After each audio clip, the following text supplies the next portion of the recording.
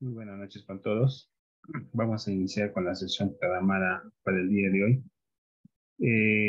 que es un complemento de las sesiones desarrolladas anteriormente, en el sentido que vamos a, digamos, reforzar un poquito los aspectos relacionados a lo que es el problema de investigación, los objetivos, debido a que ahora que ya hemos identificado nuestros objetivos operacionales, vamos a retrotraerlo para poder considerar los objetivos, o perdón, los problemas operacionales, ¿no? Y obviamente también el problema específico de investigación. En este sentido, cuando nosotros elaboramos nuestro proyecto de tesis, debe haber una concordancia entre estos términos, tanto el enunciado de estudio, el título de investigación, la hipótesis de estudio, los objetivos tanto específicos como operacionales y el problema de estudio tanto también específico como operacional. Aunque en la metodología que se usa tradicionalmente, las guías manuales, inclusive en los protocolos en los que yo debo presentar mi proyecto de investigación, se sigue utilizando el término de objetivo general y objetivos específicos o objetivo principal y objetivos secundarios, ¿no? Pero nosotros debemos entender que el término no es importante en realidad si es que no entiendo el concepto. Tengan en cuenta que el objeto de un trabajo de investigación es la especificidad de estudio. Y hacer especificidad de estudio es lo que el investigador plantea para su trabajo. Su trabajo tiene que ser específico. No puede estudiar cosas ambiguas, utopías o aspectos muy extensos. Para eso generamos un marco de referencia que nos da un marco teórico, que está parametrado con nuestra matriz de operacionalización de variables. De ahí es que sale el término objetivo específico de estudio. Y por otro lado, este objetivo específico es necesario que se operacionalice, o sea, se le dé forma, se le dé solución bajo ciertas pautas y ciertos parámetros de estudio. Pueden ser de laboratorio, pueden ser de campo, como también pueden ser teóricos, ¿no? Entonces, esos serían los objetivos operacionales que nos permiten responder el famoso ¿para qué estudiar? Es cómo estudiar. Entonces, en la sesión de hoy, lo que vamos a ver es eh, la redacción adecuada de los problemas de investigación, siempre teniendo en consideración que hasta el momento nosotros ya tenemos nuestros objetivos planteados y nuestros objetivos obedecían a los niveles de investigación. Cada nivel de investigación tenía su propio planteamiento metodológico para poder tener ciertos verbos en infinitivo que se relacionen con el propósito de estudio y que estos puedan ser relacionados a la complejidad del estudio. Esta complejidad la habíamos llamado niveles de investigación.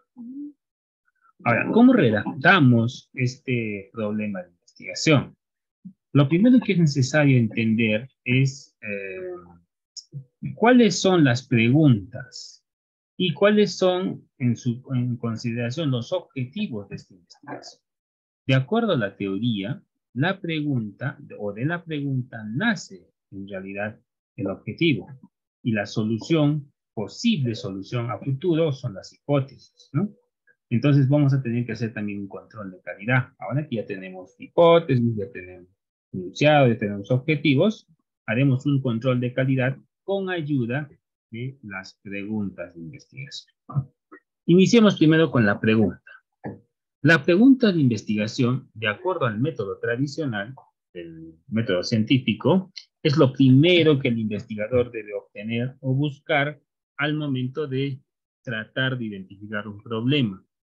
Se hace complejo. ¿Por qué? Porque cuando yo busco una pregunta de investigación, me hago muchas interrogantes a la vez, como por ejemplo el propósito de mi estudio, las variables de mi estudio, los alcances de mi estudio, su operacionalización, sus bases o fuentes teóricas, si es racional o es empírica, y también está ahí entredicho el objetivo que deseo obtener o los resultados que deseo obtener a futuro. Todo eso debo tenerlo a la mano para yo plantear una pregunta. Todo trabajo, todo texto de investigación, o por lo menos la gran mayoría, incluido Hernández Sampieri, inician bajo esta premisa: pregunta de investigación. Lo cual es correcto, pero para esto yo requiero experiencia. Y nosotros asumimos que en el taller, los que han decidido seguir el taller, pues la experiencia que tienen en cursos anteriores, la experiencia que tienen a nivel de investigación, pues es un poco limitada, debido a que todavía no han encontrado esta correlación entre objetivos, entre hipótesis y entre métodos científicos, ¿no? Entonces, a este nivel ya hablamos de cuestiones epistemológicas, de la filosofía de investigación, que es un parámetro con el que nosotros debemos plantearnos una pregunta. Por esa razón, es que yo, al menos como parte de la estrategia de esta metodología que les estoy mostrando, considero que las preguntas de investigación en realidad deben ser al final, debido a que es mucho más sencillo identificar un problema primero, tratar de buscarle las hipótesis y los objetivos en segundo lugar, y iremos ya dar la forma o englobar la idea con una pregunta de investigación. Yo lo hago al revés, usando la premisa de que el orden de los factores no altere el producto, y considerando también que debe haber una coherencia y concordancia entre estos elementos. Lo primero que nos van a revisar cuando presentemos un proyecto de investigación, sea para pregrado, para posgrado e inclusive como parte de un artículo científico, son justamente las preguntas de investigación. ¿Y qué dice como concepto la pregunta de investigación? Dice, y voy a leer, vamos a poner un puntero aquí para visualizarlo. Dice, las preguntas de investigación son los elementos que nos guían a través de un estudio. Por eso es que es lo primero que se hace, ¿no? Es la que guía el camino del investigador, la que nos da las pautas de qué cosa hacer y con qué profundidad hacerlo. Pero si yo empezara con esta premisa del famoso qué hacer y con qué complejidad o profundidad hacerlo, yo tendría que tener clarísimo qué son niveles de investigación. Lo cual, si iniciaríamos bajo este concepto, es complicado. Les he comentado que los niveles de investigación, al menos en ingeniería, son 5, pero era necesario entenderlas una por una. Por eso es que eso lo hemos hecho primero. Y dice, y continúa, perdón, y son preguntas formuladas de manera sistemática. Implica que tiene que tener relación con un problema real. Organizada, debido a que todos los parámetros deben estar fácilmente identificables, o sea que las variables deben ser coherentes, además del nivel en el que voy a trabajar, nivel de investigación. Y consistentes en que tanto las variables, la forma de medición y la profundidad o complejidad del estudio con la que voy a desarrollar tienen que tener coherencia. Esas tres consideraciones yo no las conozco al iniciar un trabajo. Al menos no cuando no tengo claro lo que es la metodología de investigación. Por eso, nuevamente repito, considero que esto se hace, bueno, al menos en este caso, en el taller C15. Dice, estas son el resultado de una reflexión que el tesista se hace en su proceso de construcción del problema. Esto es lo que lo hace complejo, porque para yo elaborar una pregunta de investigación, primero tengo que trabajar la parte, diremos, cualitativa del mismo, a nivel de reflexión, incluso la parte filosófica. Aspectos que, repito, cuando uno obviamente tiene mayor experiencia al momento de trabajar proyectos de investigación, pues es mucho más sencillo. Y lo que en realidad es su complejo es cuando yo quiero plasmar la realidad con una pregunta de investigación y plasmar esta realidad en un problema, lo cual se hace algo complejo por experiencia, ¿no?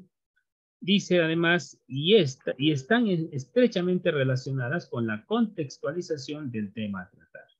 Si ustedes se dan cuenta, el concepto mismo de lo que es una pregunta de investigación es algo compleja y filosófica. Por esa razón es que cuando nosotros iniciamos un curso de metodología de investigación o le empezamos a leer un libro de metodología de investigación, aquí es donde está la principal traba por la que muchos de los tesistas que egresan de la universidad, tanto de pregrado, inclusive de posgrado, no pueden aterrizar la idea.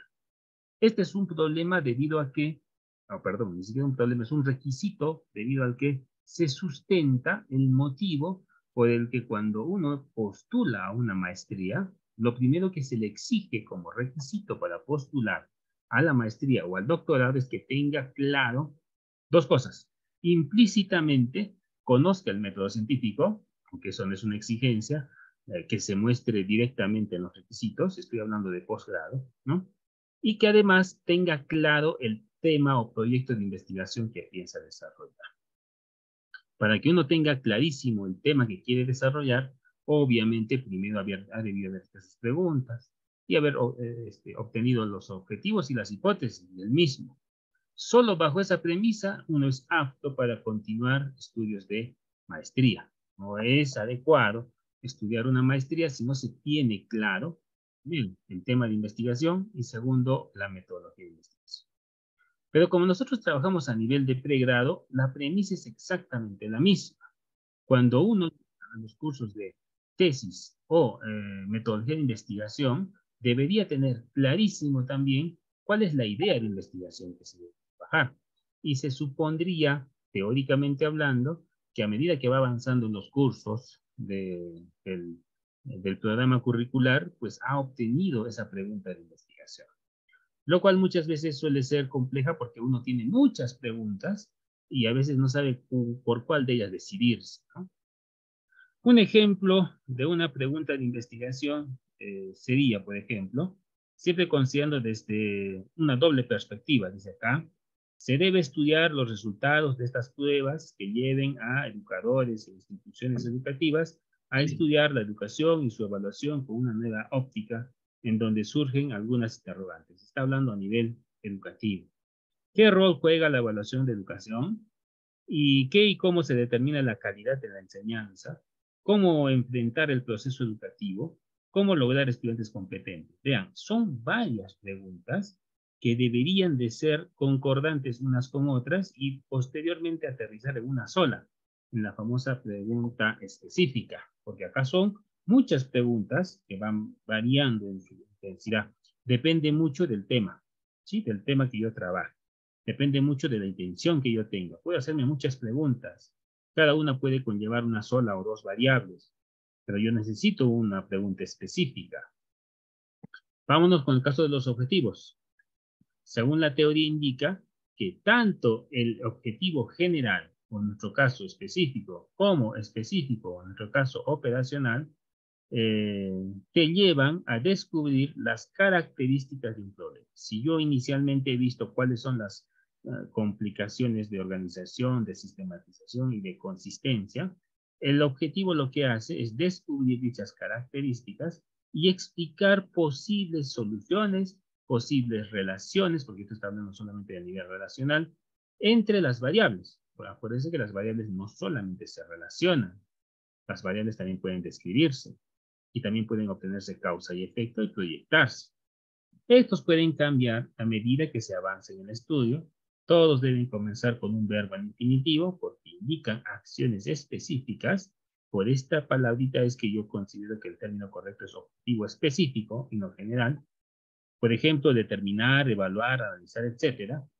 El objetivo general, que debe ser uno solo, debe expresar el propósito total del estudio. Vean que el concepto mismo menciona todo lo que ya hemos hecho en los talleres, ¿no? Menciona el verbo en específico, menciona la especificidad, menciona el propósito.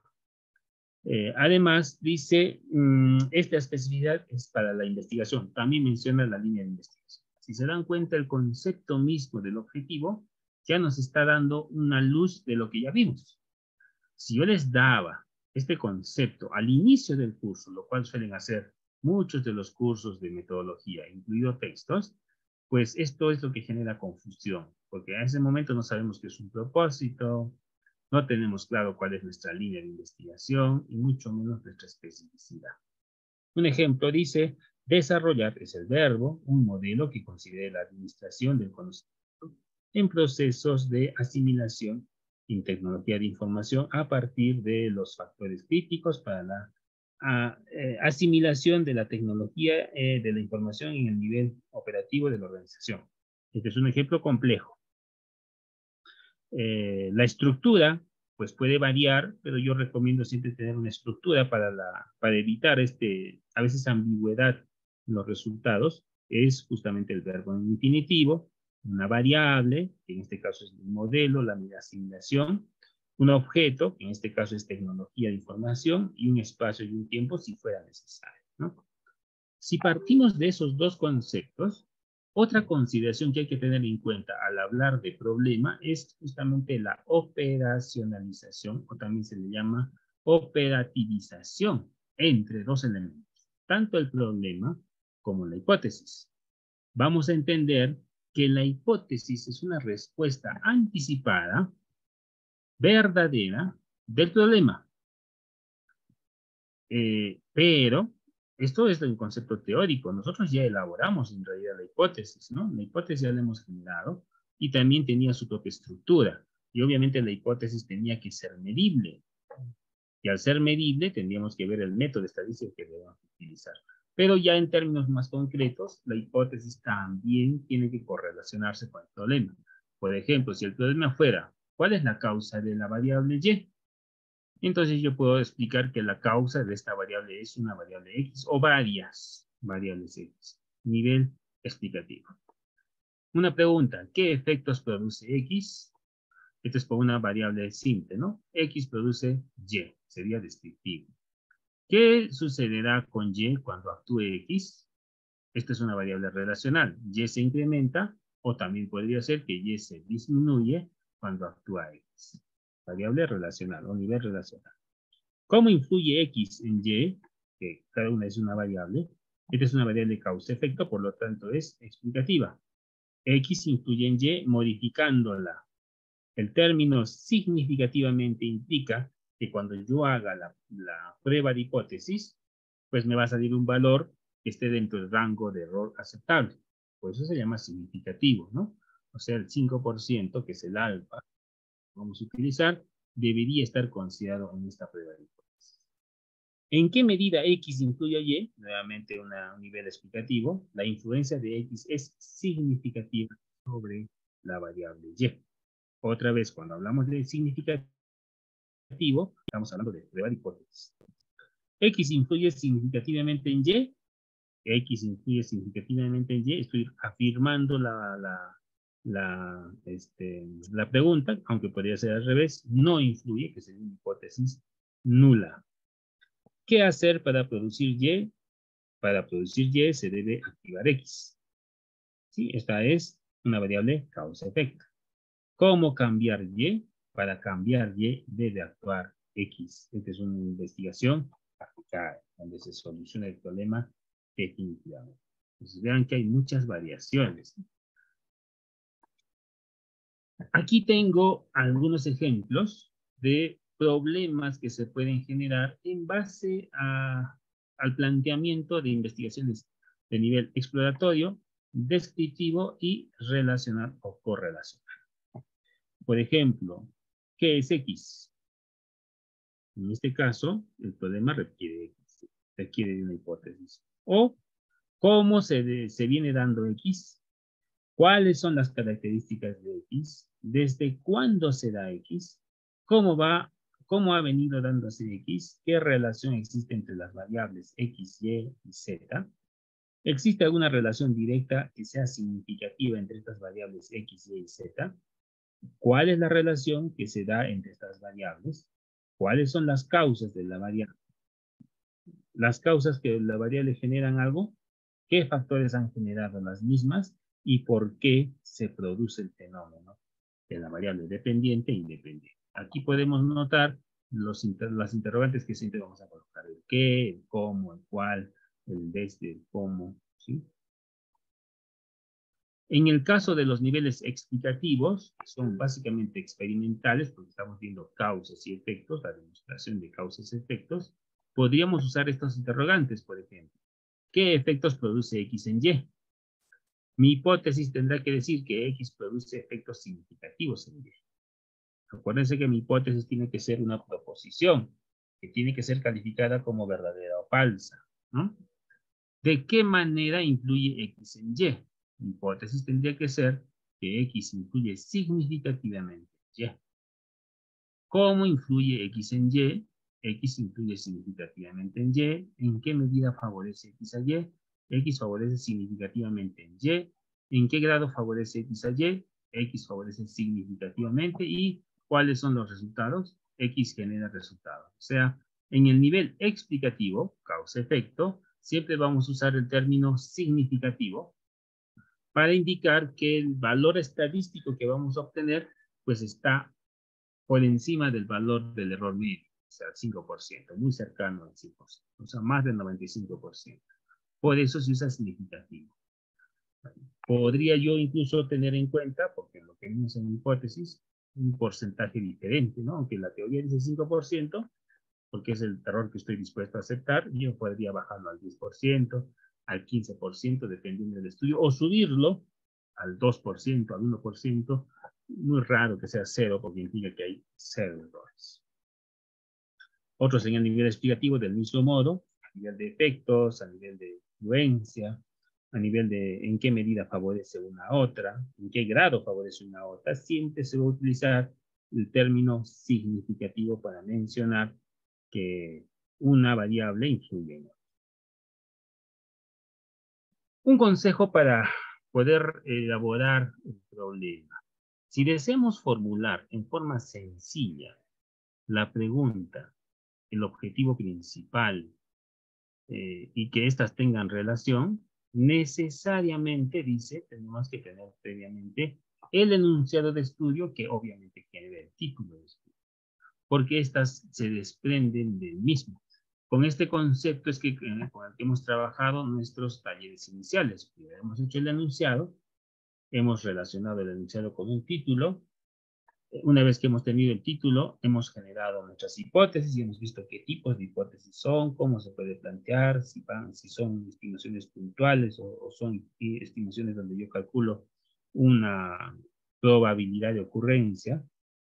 De ahí hemos trabajado los objetivos. Igual, los objetivos tenían que tener en cuenta el nivel de investigación y obviamente ahora recién vemos que para nosotros hacer la pregunta de investigación es necesario todo eso. Pero cuando nosotros empezamos con la investigación, estas consideraciones son implícitas, o sea, yo ya las debería de conocer. ¿Cuáles son las preguntas entonces de investigación que podríamos utilizar por nivel de investigación? Si nosotros nos limitamos a utilizar niveles de investigación, pues podríamos decir que en el nivel descriptivo, las más recomendables, ojo, no son las únicas, pero son las más recomendables, serían cómo, dónde, quién, en el sentido de que es un estudio social, cuántos, qué pasa y cómo pasa. Estas son las preguntas que utilizamos en este nivel, con mucha frecuencia. En el nivel de causa y efecto, el famoso para qué, por qué, cuál es la causa, cómo es qué. En un nivel conceptual de generalización, generalmente también descriptivo relacional, descriptivo explicativo, ¿qué es? ¿Pertenece a tal grupo? ¿Qué diferencia hay? Esto se utiliza más cuando trabajo con dos medidas y una sola variable, ¿no? Acuérdense que en el nivel descriptivo yo puedo correlacionar dos medidas diferentes de la misma variable. En un nivel de comprobación, ¿cómo se puede saber? ¿Cómo lo saben? ¿Cómo se hace? En un nivel de predicción, que vendría a ser el nivel de predictivo, ¿qué consecuencias tiene? ¿Qué consecuencias hay? ¿Qué puede pasar? ¿Qué podría pasar? ¿Podría ser? ¿Qué pasaría si? En el nivel de predicción, donde vamos a usar muchas regresiones, yo podría predecir lo que va a ocurrir bajo estas consideraciones. Y en el nivel ya de calibración o inclusive de solución de problemas, generalmente relacionado en nuestro caso en ingeniería, lo que es gestión, ¿qué se puede hacer? ¿Cómo se puede hacer? ¿Cómo se puede mejorar? ¿Sí? ¿Cómo se puede calibrar? Ahora, ¿cómo se redacta el objetivo? Esto también está en el texto que les he compartido de lo que es metodología de investigación y tiene una forma de redacción tratando de respetar lo que vimos en talleres previos, rescatando lo que ya vimos en talleres previos, porque en esta etapa y en este taller que vamos a desarrollar, en realidad lo que hacemos es rescatar lo que ya vimos, ¿no? No vamos a empezar de cero, porque si iniciamos de cero, pues de nada hubiese servido todo el trabajo recorrido hasta el momento. Entonces, lo que ustedes van a hacer en este taller es simplemente recordar lo que ya se hizo en talleres anteriores y agregarle a esto una pregunta. La pregunta tiene que relacionarse al nivel de investigación en que uno se encuentra. A esta pregunta yo le voy a adicionar el enunciado de estudio, ¿sí? El enunciado de estudio, que ya lo hemos desarrollado en los primeros talleres, lo hemos corregido incluso, pero del enunciado yo le voy a quitar el propósito. ¿Se acuerdan que nosotros lo primero que vimos en el curso era el propósito de estudio? Pero ahora, como ya tengo el enunciado, le quito el propósito, ¿no? Esto también se relacionaba un poco con el título. ¿Se acuerdan que en algunos, no en todos, en algunos títulos, cuando yo hacía el título, yo le quitaba el propósito de estudio, ¿no? Entonces, más o menos está por ahí. Un ejemplo. Pregunta. ¿Cuáles son? El propósito de esta investigación era describir los defectos constructivos.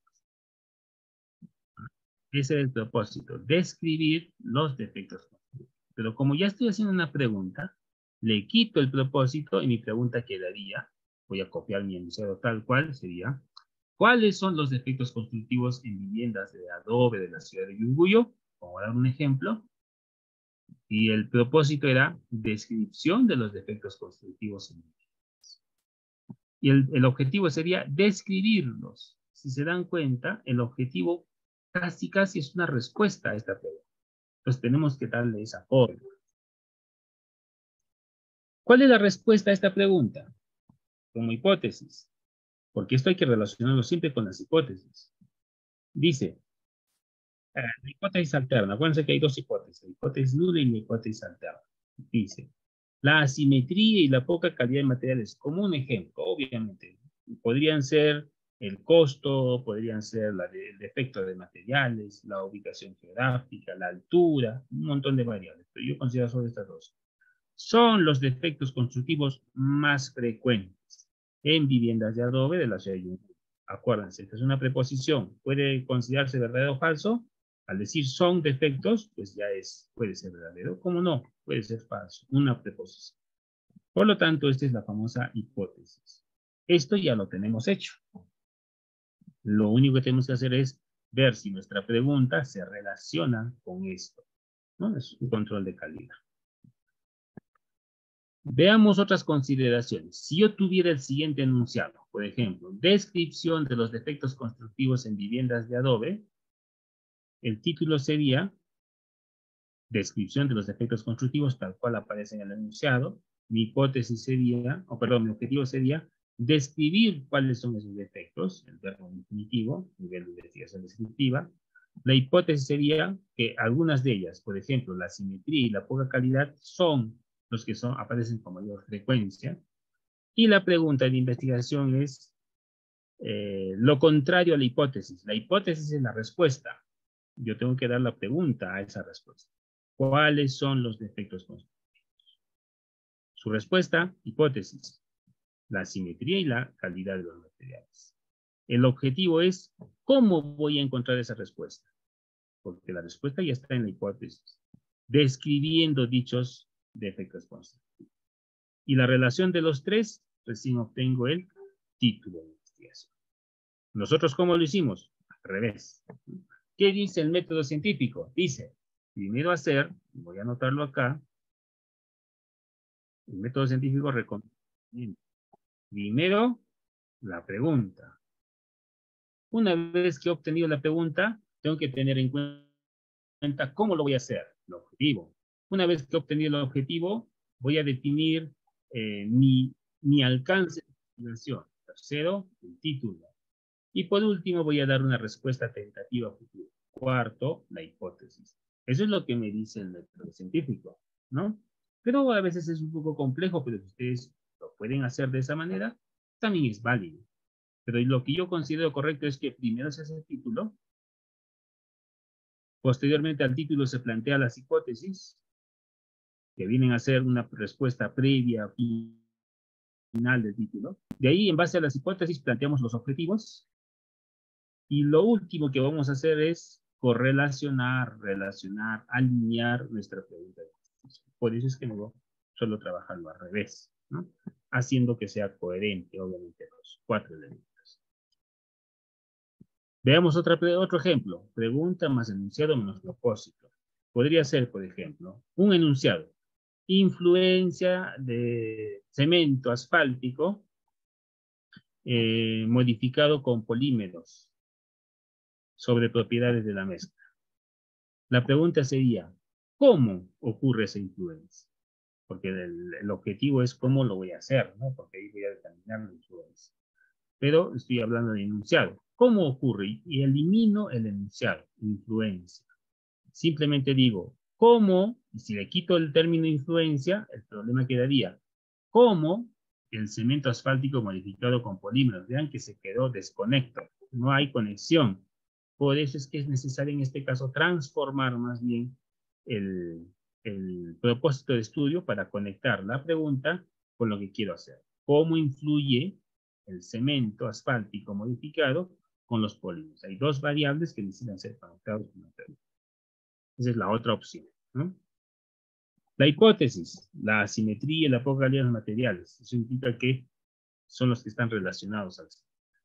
Nuevamente vamos a utilizar esto de la relación académica entre las preguntas y los verbos de mayor nivel académico, como el famoso llama Bloom, con los más poco comunes. Esto mismo en la parte inferior de la tabla se ven también digamos, la intensidad de la pregunta. Una pregunta mucho de mayor importancia serían estas, ¿no? ¿Qué, cómo podrías? Una pregunta de menos intensidad serían estas, ¿cuál, por qué? Y podríamos ir bajando hasta otros niveles más básicos. Pero acuérdense que esto de esta matriz que les mostré cuando hicimos lo que son objetivos, era solamente referenciales, porque están relacionados más a la cuestión académica. Pero podemos utilizarlo también para ver qué preguntas tienen más intensidad, qué preguntas son de mayor nivel de importancia que otras, porque eso va a depender del objetivo específico y mis objetivos operacionales. Se supone que los objetivos operacionales también tienen que tener preguntas de menor intensidad. Vamos a revisar rápidamente la hoja de trabajo. Voy a compartir. Un momentito, por favor.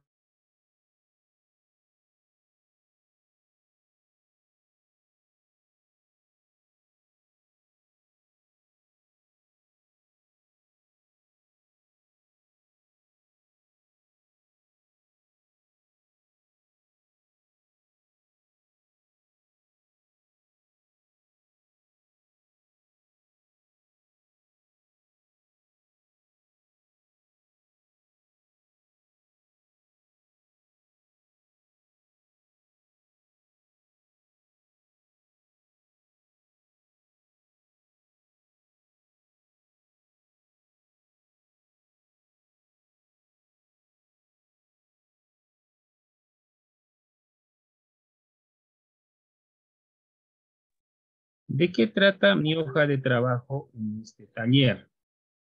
El taller número 15, lo que vamos a hacer es la redacción del problema de investigación. Necesitamos primero el título, que se desprende del enunciado, y necesitamos en segundo lugar la hipótesis de estudio. Acuérdense que nosotros ya tenemos ambas, ¿no? La hipótesis de estudio ya ha pasado por varios filtros, por 2, hasta incluso 3 talleres para su elaboración. Ahora lo voy a usar, simplemente voy a ir a esos formatos, voy a copiar nuestros valores y voy a empezar a relacionar. ¿Cuáles son las consideraciones? Voy a agarrar el título, ¿sí? Al título le voy a eliminar el enunciado de estudio, perdón, el propósito de estudio, me voy a quedar con el resto, y a esta pregunta, perdón, a este contenido sin el enunciado, le voy a transformar en una pregunta utilizando uno de estos elementos. Siempre que la hipótesis tenga relación como respuesta a esa pregunta, y eso es importante. Por ejemplo, yo voy a tener de esta manera, ¿no? Mi título va a decir propósito estudio, que se supone es una sola palabra. Eso ya lo hemos visto. A esto le voy a sumar las variables. A esto le voy a sumar el objeto. Y, si fuera necesario, el espacio y el tiempo. Eso ya lo hemos definido. Bajo estas premisas, yo tengo que tener mi hipótesis. ¿Qué hice mi hipótesis? Mi hipótesis solamente tiene tres posibilidades, ¿no? Tiene las posibilidades primero. A es diferente a B. A es mayor a B. O A es menor a B. Esto depende si mi hipótesis es a una cola o a dos colas. Esto redactado, nota, redactado como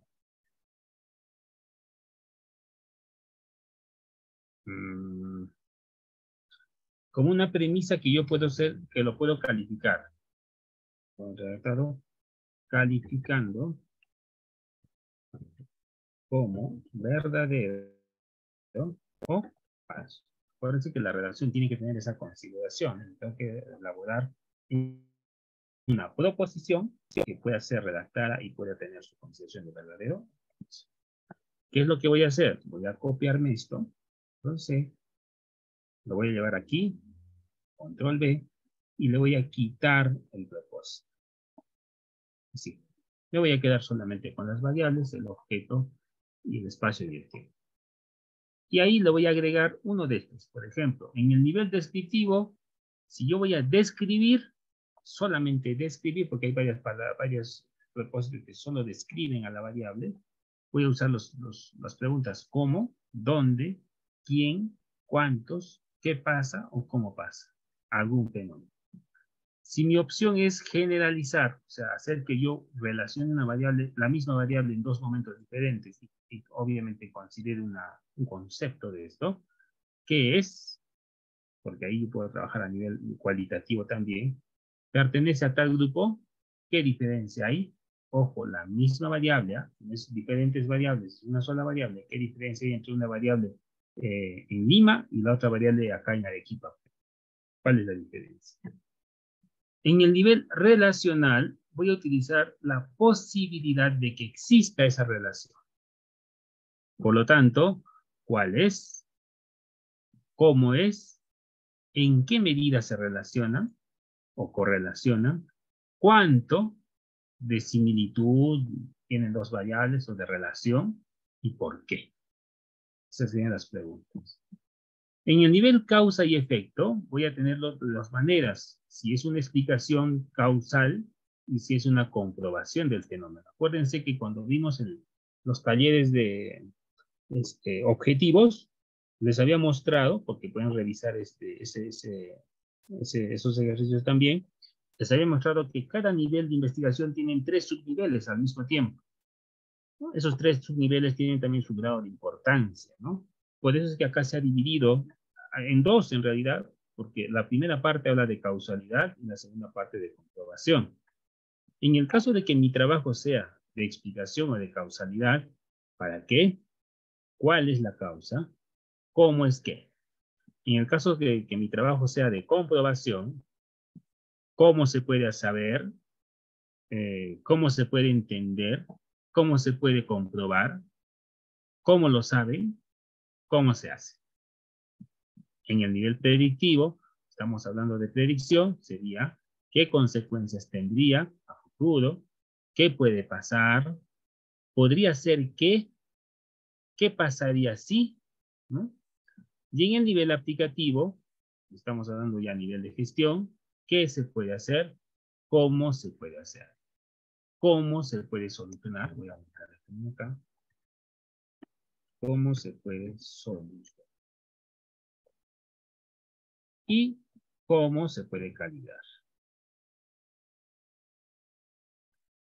Cómo se puede calibrar. Los dos faltan, ¿no?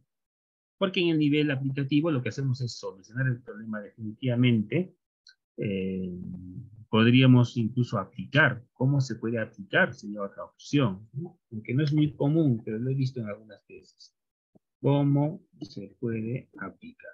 Recién en este nivel aplicamos. Cuando yo quiero aplicar un método, por ejemplo, quiero hacer un método de optimización de gestión de proyectos, primero tengo que haber demostrado que el método funciona.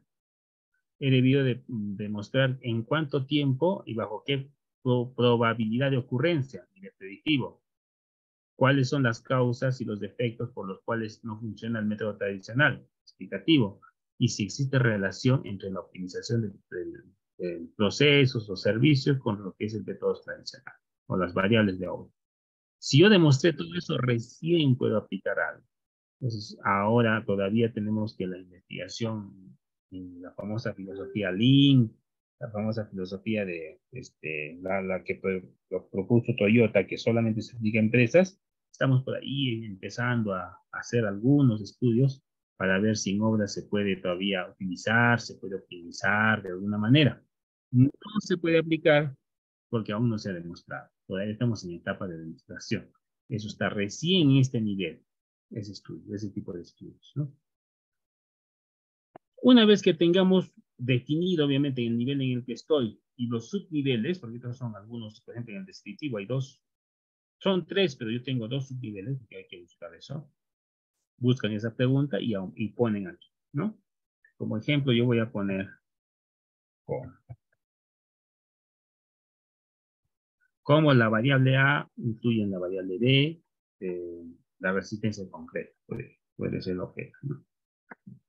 Esto que está acá es mi problema de investigación. La respuesta tengo que redactar. Redactar la respuesta. En realidad, no voy a redactarlo. Lo que voy a hacer es copiar la hipótesis. ¿Ya? No voy a redactarlo. Ahí dice respuesta. Lo que voy a hacer es simplemente agarrar esto de acá, voy a poner control C y le voy a poner control V. Nada más, no voy a cambiarle nada. Y voy a irme a esta consideración. Primero, esta pregunta podría ser relacionada con esta respuesta. Esta respuesta es lógica a la pregunta que acabo de generar. Esta respuesta a futuro podrá ser la respuesta real a esta pregunta o no tiene relación. Si es que eso dice sí, o sea, si es que yo lo leo y entiendo que existe esa relación y que la respuesta en realidad soluciona la pregunta, entonces ahí termina mi ejercicio y continuamos con el siguiente taller. Nada más que eso. Vean que este taller es muy simple. Y si mi respuesta es no, tengo dos alternativas. Primera alternativa, puedo mejorar mi hipótesis para que la respuesta sea así, obligarme a mejorar la hipótesis. Y si mejoro la hipótesis, tengo que regresar al taller de hipótesis y volver a hacer las correcciones, porque eso tiene su propia sintaxis, ¿no? O lo otro es, lo cual no recomiendo, mejorar el problema de investigación, en este caso, la pregunta. Acá dice problema, eso voy a corregir, por favor, eso no es problema, es pregunta. El formato está mal. Pregunta, no es problema. La otra es retroceder, quitarle la pregunta que acabo de colocar, puedo buscarle otra o corregir todo mi enunciado. Eso sería un caso extremo, lo cual no va a ocurrir. Les aseguro que no va a ocurrir. Este formato está hecho para que, los formatos que les he preparado están hechos para que esto no ocurra. Pero si por ahí esto no tiene coherencia, la única opción que ustedes tendrían es regresar al taller número 1 y volver a generar un enunciado que corrobore a esa hipótesis. Tiene que haber coherencia. No va a pasar. Es muy raro. Son estudios que pues ustedes han empezado a trabajar al azar y por ahí no han puesto cualquier dato, lo han llenado nomás así como para cumplir. Y cuando llegamos a este taller nos damos cuenta que no hay coherencia en esos casos. Pero si han seguido el protocolo con el que hemos hecho el curso, les aseguro que esto nunca va a retroceder. podrían de alguna manera corregir la hipótesis, quizás darle una forma que tenga relación con la pregunta, o por ahí mejorar esta pregunta y simplemente cambiarla por otra. El ejercicio va a ser básicamente eso, en la mayoría de los casos. Y una vez que han llegado a esto, pues obviamente acá bien claro dice corregir la hipótesis, que sería lo primero que hay que hacer, o en el segundo caso sería corregir todo el enunciado, ¿no? No habría relación ni con el enunciado ni con la hipótesis de estudio. Muy bien, con eso termina en realidad la lección 15, vean que no es complicado, solo es prácticamente es copiar y pegar y escoger una de estas, nada más que eso, y ver si existe coherencia. Aquí mismo ya se van a dar cuenta que hay coherencia, ni bien copien esto ya se van a dar que hay coherencia. Continuemos por favor con el taller, porque hoy vamos a trabajar dos cosas, no solamente es esto. ¿Dónde están?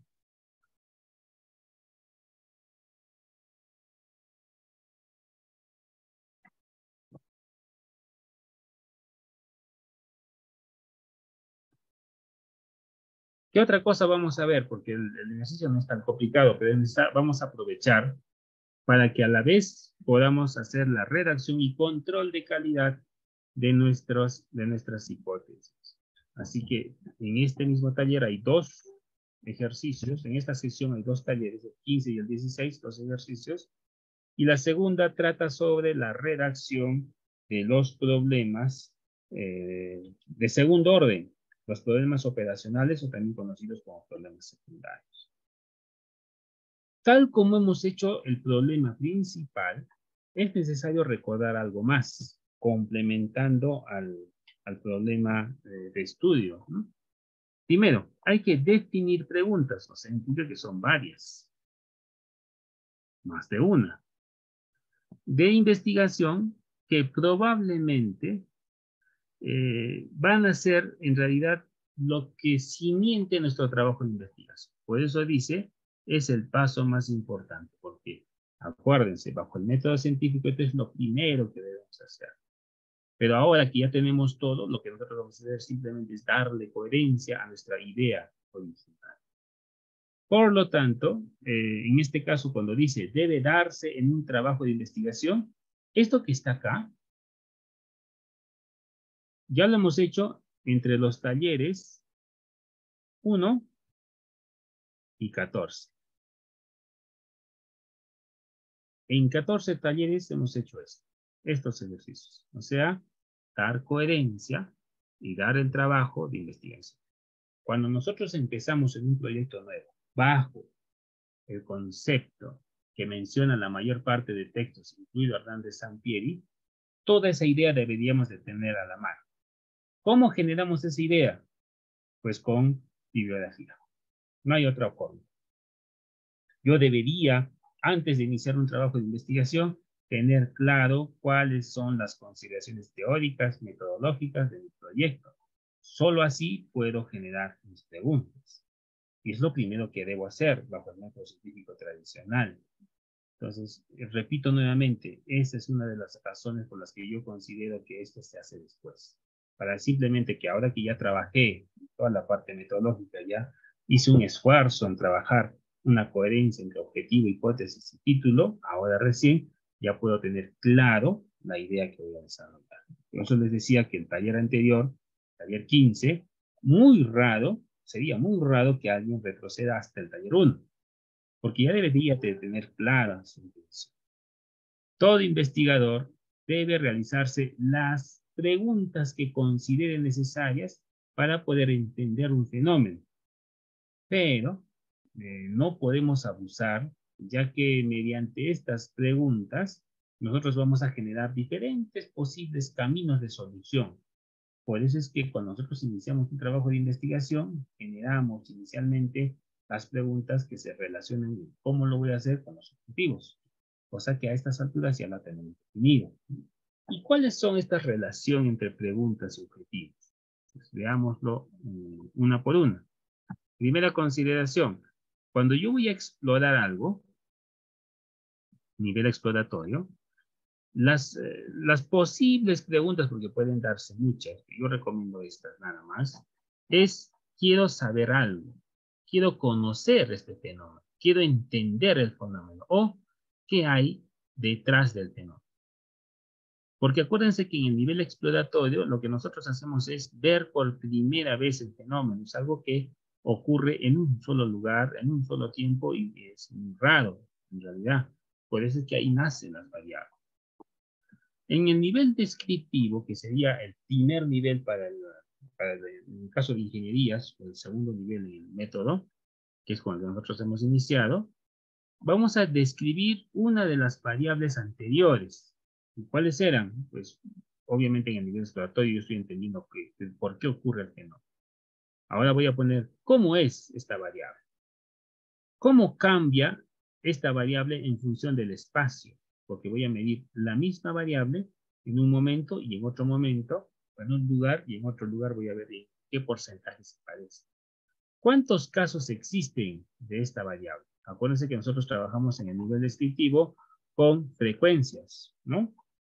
Y al trabajar con frecuencias, pues es un número de casos, un número de elementos que se repite. Por lo tanto, cuando hablamos del nivel descriptivo, nuestra intención de investigación es básicamente entender el fenómeno puntualmente. Cuando vamos a trabajar el análisis, porque podemos hacer un análisis, las preguntas más coherentes serían, ¿cómo se puede interpretar dicho análisis, generalmente laboratorio? ¿En qué medida se puede corresponder una con otra?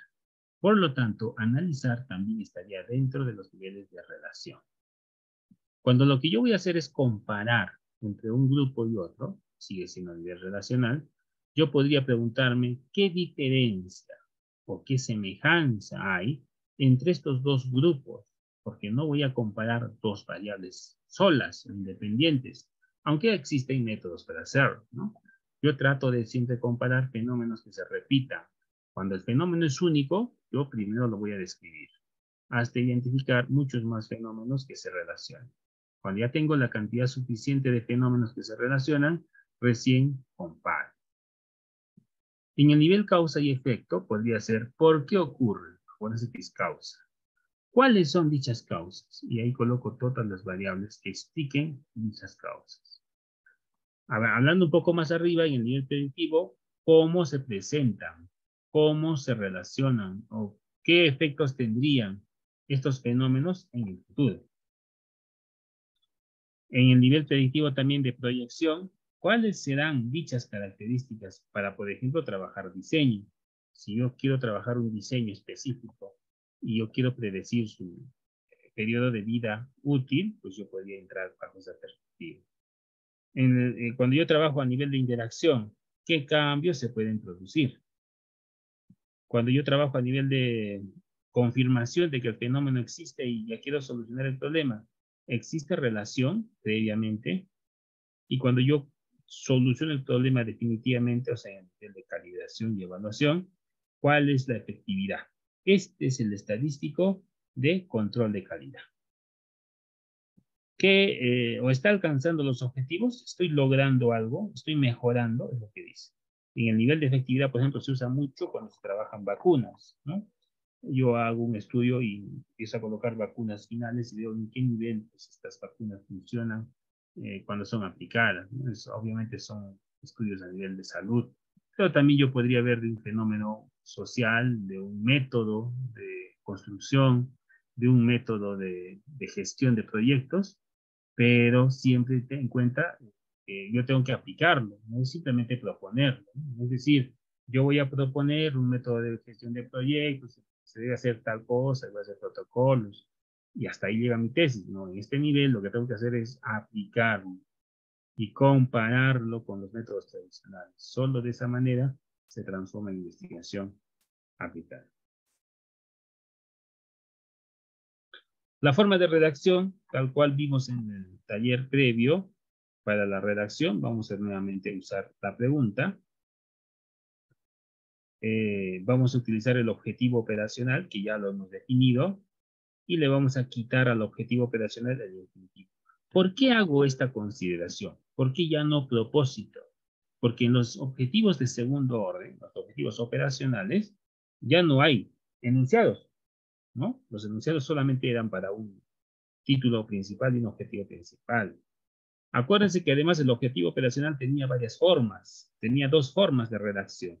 Una que era el método tradicional, donde yo colocaba el verbo, la variable o variables y el objeto.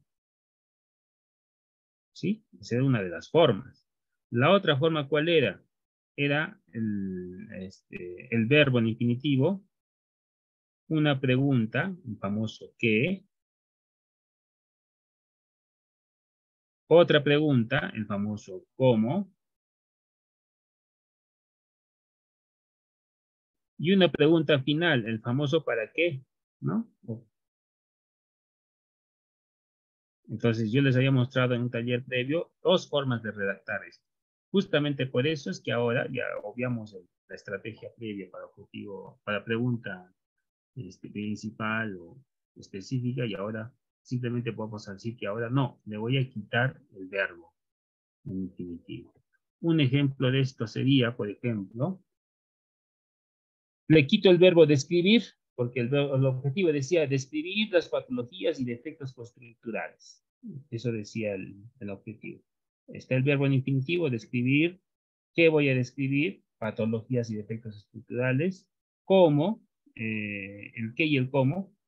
¿Y en dónde o para qué? Las viviendas. Ahí está la ubicación espacial, la variable.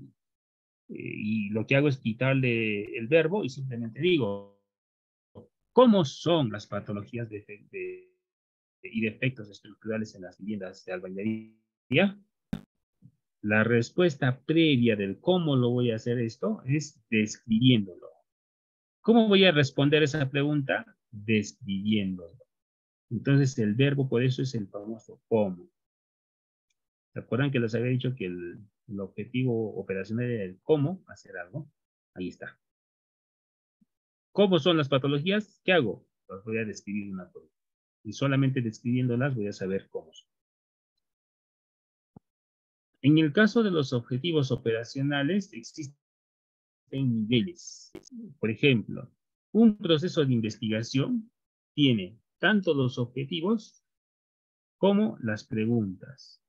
En el caso de los objetivos, pues pueden establecer pretensiones de investigación que sean a nivel social, o pueden, o deberían de ser necesariamente redactados en forma clara, pues que tienen estructura, tienen que tener una especificidad de estudio, tienen que ser medibles porque tienen que tener variables, y además tienen que ser objetivas y que puedan ser alcanzadas, o sea, tienen que ser realistas. Yo no podía plantearme objetivos que sean ambiguos, ¿no? Eso lo vimos en los talleres previos. Pero las preguntas tienen dos consideraciones, no diferentes, pero algo más concretas. Primero, ¿qué voy a hacer? Eso es importante.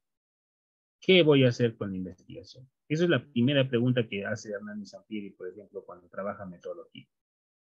Ahora yo lo veo al final. ¿Y cuáles son los requisitos para ver qué voy a hacer? Es primero, conocer la respuesta. Esto de acá es lo difícil.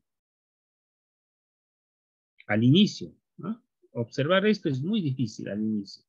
Pero con el método que les he mostrado, yo ya tengo las respuestas. Responder a esta evidencia. Eso también es difícil. ¿Con qué lo hemos respondido? Con la hipótesis. ¿Qué aportes de campo debo tener? Esto es lo que voy a poner con mis resultados. Eso todavía no lo hemos visto, porque eso es parte del borrador de tesis, ¿no? Ahí están los resultados. Pero el objetivo y la hipótesis yo ya lo tengo. Por eso es que ahora se hace más sencillo su redacción. ¿Qué otra consideración es importante cuando vamos a ver las preguntas? Es, por ejemplo, ponerse a pensar en la complejidad que tiene o la importancia que tienen unas con otras. Por ejemplo, yo me puedo hacer una pregunta general, decir, ¿qué haces durante el día? Como una pregunta muy ambigua, muy grande. ¿Para qué sirve esto que estás haciendo? Ustedes me pueden dar respuestas más concretas de lo que están haciendo en el día, además de que trabajan y descansan. Algunas de ellas pues tendrán utilidad y otras no. Y eso es un trabajo, lo haces porque estás trabajando. Trabajar significa ganar algo, no necesariamente dinero, sino que estás ganando algo. Y después, ¿qué harás? Una vez que completaste esto, ¿te das tiempo para hacer algunas otras cosas adicionales? Y la pregunta final es, ¿y si tienes un trabajo y ese trabajo lo estás haciendo para ganar un ingreso que no necesariamente es económico? Y además tienes un tiempo libre, porque esto de acá es un tiempo libre, ¿en qué momento piensas trabajar la tesis? Una pregunta más puntual. Tratamos siempre de que esto se haga después de los talleres. Yo siempre espero que de alguna manera ustedes, al momento de desarrollar el taller conmigo, terminar el taller, se den unos 15, 20 minutos para completar el ejercicio y enviarlo inmediatamente, ¿no? O al día siguiente, que en la hora en la que les tocaba el taller, es un horario, digamos, de noche, tratar de avanzar esos 20, 30 minutos para completar el taller. Por eso es que yo todos los trabajos les he dejado siempre de un día hacia otro, un día de plazo, para que se practique esta metodología. Y por último, vamos a ver esto. Este es el momento en el que nosotros vamos a corregir nuestros objetivos, nuestras hipótesis, desarrollando un fenómeno, o en este caso una estrategia, que yo le llamo concordancia, pero es un fenómeno de coherencia entre elementos. Así como cuando hemos visto la pregunta de investigación principal, ahora necesitamos corregir nuestros objetivos operacionales y correlacionarlos con nuestras hipótesis. Tengan en cuenta, y esto es importante antes de iniciar, que no todos los objetivos llevan hipótesis. Eso es importante saberlo, ¿no? O sea, no significa que como yo tengo 5 objetivos específicos, pues, o secundarios, perdón, pues tendré 5 preguntas secundarias también, 5 hipótesis también. No, las hipótesis son muy variables, pueden variar porque son proposiciones. Hay objetivos que no requieren hipótesis. Por ejemplo, un objetivo que no requiere hipótesis es extraer muestras. Yo podría poner como parte de mi objetivo, acuérdense que el objetivo es un itinerario de lo que quiero hacer. Yo podría poner dentro de ese itinerario extraer muestras de campo. Y como voy a poner extraer muestras de campo, pues ¿cuál sería la hipótesis? Acuérdense que la hipótesis es una respuesta a futuro. Diría, sí puedo extraer. No es coherente, ¿no? Porque ahí no estoy trabajando ninguna variable. Sí, la pregunta lógica sería, ¿y si puedes extraer, para qué investigas? Pero tengan en cuenta que en este nivel, bueno, en este caso los objetivos operacionales, ya no me haría esa pregunta, simplemente desecho la hipótesis de ese objetivo. Cada vez que yo tengo un objetivo de obtener muestras, calcular algo, relacionar podría tener hipótesis, pero por ahí determinar algún coeficiente, aplicar alguna teoría, no hay hipótesis, porque las hipótesis no trabajan con ese tipo de variables, ¿no? Solo cuando tengamos 2 variables. Ahora veamos entonces si todos mis objetivos tendrían hipótesis, tanto la hipótesis nula y la hipótesis alterna, ¿cómo serían? ¿Qué es lo primero que tengo que tener? Lo primero que tengo que tener, por coherencia, es la pregunta. Una pregunta sería, ¿cuáles son los beneficios para la salud de comer manzanas, de comer una manzana al día? Es una recomendación muy sana que siempre se da. Lo primero que yo hago es, una vez ya he redactado todos mis objetivos, hacer este ejercicio. Leo mi pregunta. ¿Cuáles son los beneficios para hacer o para la salud personal, obviamente, de comer una manzana? ¿Cuál de estos elementos son los que me van a dar la respuesta? La que me va a dar la respuesta es la hipótesis. Por eso es que en el taller previo 15 hemos hecho esa coherencia con un sí y con un no, ¿no? Porque estamos aquí recordando un poco. La respuesta a esa pregunta sería el aumento del consumo de manzanas en personas de más de 60 años da como resultado una disminución en la frecuencia de las visitas al médico. ¿Qué estoy haciendo ahí? Una proposición que puede ser calificada como verdadero o falso, como respuesta a la pregunta de investigación. ¿Existe coherencia? Pues en este caso sí, tiene que haber coherencia. ¿Cómo obtengo la hipótesis nula? negando la hipótesis alterna. O sea, el aumento de consumo de manzana en mayores de 60 años no tiene ningún efecto en la reducción de las frecuencias hospitalares. O sea, que sigue yendo las mismas veces al médico, incluso capaz con más frecuencia. Esa es una hipótesis nula. Niega a la hipótesis alterna. Este sería el famoso H1. Y este sería el famoso H0. Ambos ya los hemos redactado. Solo estamos viendo coherencia. ¿Y cómo voy a obtener eso? ¿Cómo voy a obtener si es H1 o H0? Porque podría ser cualquiera de las dos, pero no ambas a la vez. Son excluyentes, ¿no? No es ambas a la vez. Una de ellas, el famoso cómo es, estudiando los beneficios para la salud de comer la manzana, una manzana. ¿Qué nos da a entender este ejercicio? La coherencia. Tiene que existir coherencia. Cuando nosotros elaboremos la matriz de consistencia, esto ya ni lo vamos a ver, porque asumimos que ya existe coherencia.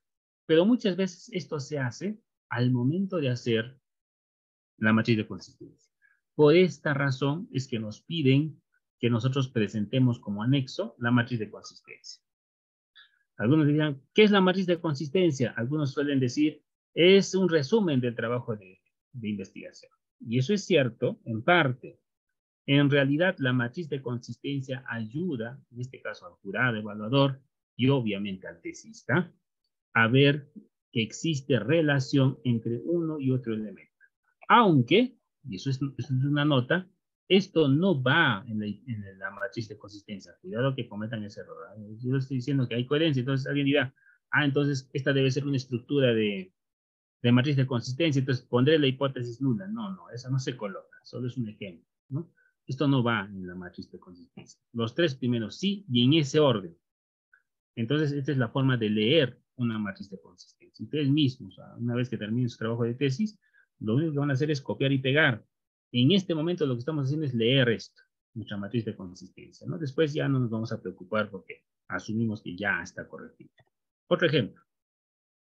Las aerolíneas tienen más demoras. ¿Qué aerolíneas tienen más demoras? La pregunta. Una respuesta en forma de preposición. Las aerolíneas de bajo costo tienen más probabilidad estadística de tener retrasos que las aerolíneas de, obviamente, mayor costo, los premium, ¿no? ¿Cómo sería la hipótesis nula? Negando esto. Las aerolíneas de bajo costo y las de premium, o sea, de alta calidad, tienen la misma probabilidad. Estoy diciendo lo mismo a decir las aerolíneas de bajo costo no, aquí diría yo. No. La teoría me dice que yo le ponga no. No tienen más probabilidad de tener retrasos que las aerolíneas de premium. Al decir no, dice que son iguales o son menores, ¿no? Puede darme dos alternativas, pero al desarrollar esto de una manera diferente, le estoy dando solo una de esas posibilidades.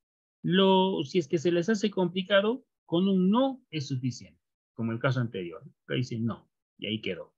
Lo mismo. Pero cuando uno ya tiene un poquito más de experiencia y quiere hacer una redacción un poquito más adecuada, a eso se le llama redacción científica. No es gramática, no es literatura, redacción científica. Tratamos de expresar esta hipótesis con este no de una manera diferente, ¿no? Nada más que eso. ¿Cómo hago eso? Identificando, en este caso, identificar las aerolíneas que tienen más demoras. Mi título sería identificando.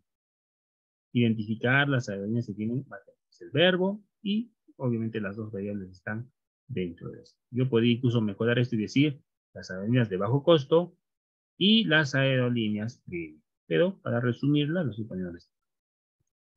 Otro ejemplo. ¿Pueden los arreglos laborables flexibles mejorar la satisfacción laboral? Por ejemplo, flexibilizar la hora de ingreso, flexibilizar la hora de salida, flexibilizar el uso de implementos de seguridad, o no necesariamente irnos al lado contrario, sino quizás hacer las cosas más rígidas, ¿no? ¿Podrán esto mejorar la satisfacción? O sea, ¿cómo se siente el trabajador? Si se siente bien en obra, porque esto puede estar relacionado también a obra, si se siente estresado en obra porque viene el supervisor, viene el ingeniero y le dice que avance, que avance, que avance, y pues a veces no se puede avanzar y es la exigencia del residente. Ese es el método tradicional, el famoso avanza, avanza, pull, ¿no? De empujar, empujar, empujar. ¿Qué dice la nueva metodología o la filosofía Lean? La filosofía Lean dice jalar, más bien, no empujar, no jalar, push. Entonces ahí hay que tener en cuenta que es darle espacio de trabajo, se dice, darle frente de trabajo, o sea, ir para adelante y empezar a jalar para que avance. ¿Será posible que estos arreglos laborales mejoren la satisfacción del trabajador? ¿Cuál sería la hipótesis? Los empleados que tienen horarios de trabajo flexibles reportarán, tiempo futuro, una mayor satisfacción. Esta es una famosa variable A mayor a B, ¿no? Mayor satisfacción laboral que los empleados que trabajan en horarios fijos. ¿Es una hipótesis, una preposición? Sí. ¿Es a futuro? Sí, pues la posible respuesta. ¿Cómo sería la hipótesis nula? No existe relación. Estoy nuevamente redactando científicamente, ¿no? Reduciendo todo esto. En vez de poner no, acá lo diré. No reportarán. Esa sería una hipótesis nula. Mayor satisfacción. Simplemente para evitar todo eso, lo he redactado de otra manera. No existe una relación entre la flexibilidad del horario laboral y la satisfacción. O sea, les pongas horarios flexibles o no, el rendimiento sigue siendo lo mismo y la satisfacción sigue siendo lo mismo. O sea, el trabajador sigue insatisfecho. Probablemente no sea ese el problema, capaz es salarial, capaz es el pago o reconocimiento. Muchas veces en obra se suele tener en cuenta, o no se suele tener en cuenta, perdón, el salario emocional se le llama. El salario emocional es muy importante en obra. Es que la gran mayoría son ingenieros. Yo les hago la pregunta, probablemente la mayoría de ustedes ya han trabajado en obra en algún momento. Les hago la pregunta, ¿en alguna oportunidad el residente de obra, el supervisor de obra, el jefe de proyecto o uno que está por encima de ustedes, inclusive el jefe de pliego, los ha felicitado públicamente? Es muy raro que eso ocurra. A eso se le llama salario personal, salario, es un salario ya de intención más que de monetario, ¿no? En alguna oportunidad, por ejemplo, ha venido, les ha felicitado por la labor realizada, los ha animado a seguir trabajando, o al revés, ustedes alguna oportunidad han ido donde un trabajador lo han felicitado, o algo tan sencillo como cuando ustedes han llegado a obra, se han ido y se han dado la molestia de saludar, estrechándoles la mano y despedirse, estrechándoles la mano de los trabajadores uno por uno. Alguien diría, ingeniero, eso hace perder el tiempo. Pero eso es un salario que no me da muchas veces dinero, pero sí me da la posibilidad de satisfacción para que yo mejore rendimientos. Es muy importante, ¿no? Pero a veces tratamos de compensar eso con los famosos campeonatos entre obras, ¿no? Aniversario de la entidad o Día del Trabajo, y el Día del Trabajo a toditos hacen su equipo de fútbol y los hacen confraternizar, la típica confraternizar. Muy raros son los residentes que se unen al mismo equipo de trabajadores de obra y se transforman pues en el defensa, en el lateral, en el delantero. Muy raro. Siempre hacen que los obreros pues se enfrenten entre ellos y hacen otro equipo de los técnicos, y esto es muy común. Hacen un equipo de los ingenieros, un equipo de asistentes, un equipo de contadores o asistentes administrativos y un equipo de obreros. Incluso los obreros se dividen. Peones su equipo, operarios su equipo. O sea, eso no es confraternizar. Confraternizar es hacer que todos se sientan con las mismas, con el mismo nivel de importancia que el resto. Muy raro a veces hacerlo en obra, pero si lo han hecho, mis felicitaciones desde ahora. Y si es que no lo han hecho, es el momento de hacerlo. Ese salario es indescriptible. Les aseguro que los rendimientos van a subir incluso mejor que aplicar una filosofía Lean. Que por cierto, la filosofía Lean es un trabajo posterior. Eso a veces que parece tan sencillo, genera esa empoderación del trabajador, esa identificación con la hora del trabajador, que ya le da las ganas de llegar temprano. Algo tan sencillo. Si llegas antes de la hora, yo te espero en la puerta y te saludo. Si llegas tarde, ya no te voy a saludar. Les aseguro que para la siguiente todo el mundo va a querer llegar temprano.